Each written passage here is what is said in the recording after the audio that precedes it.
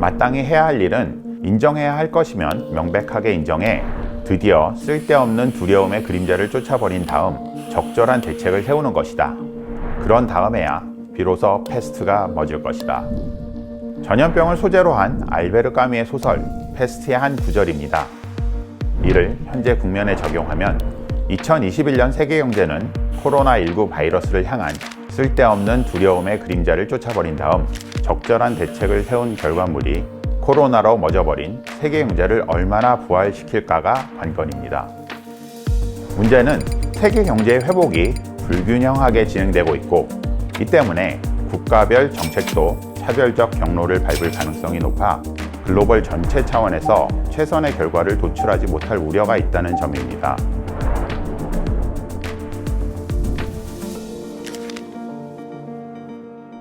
KF는 올해 세계 경제 성장률을 5.9%로 예측합니다. 지난해 말 전망치보다 0.9%포인트 상향 조정한 것인데, 미국 경제가 생각보다 빠른 속도로 회복되고 있는 점을 반영했습니다. 미국의 올해 경제 성장률 전망치는 6.6%로 지난해 말 예측치보다 무려 3.8%포인트 상향 조정됐습니다.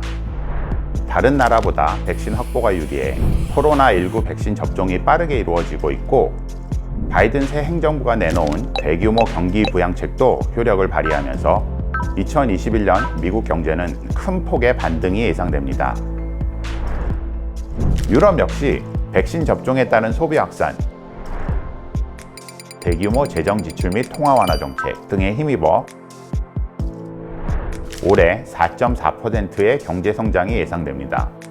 이 역시 기존 전망치 대비 0.7%포인트 상향 조정된 것입니다.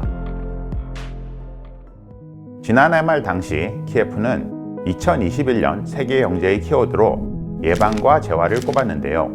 코로나 수렁을 빠져나가는 데 있어 예방과 재활에 여력이 있는 선진국이 더 유리한 형국입니다. 반면 신흥국은 중국 정도를 제외하면 코로나19 통제에 어려움을 겪고 있습니다.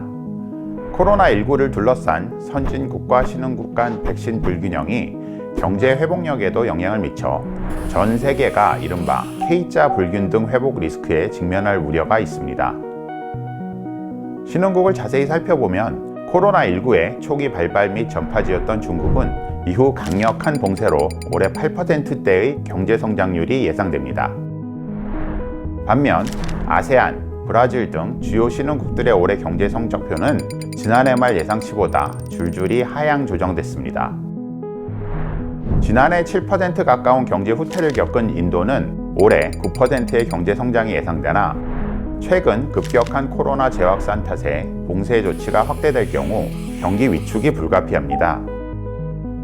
국제 유가 상승의 수혜국인 러시아 역시 기준금리 인상 가능성, 지방정부의 재정 적자 확대, 백신 접종 지연 등이 하방 위험 요인으로 남아 있습니다.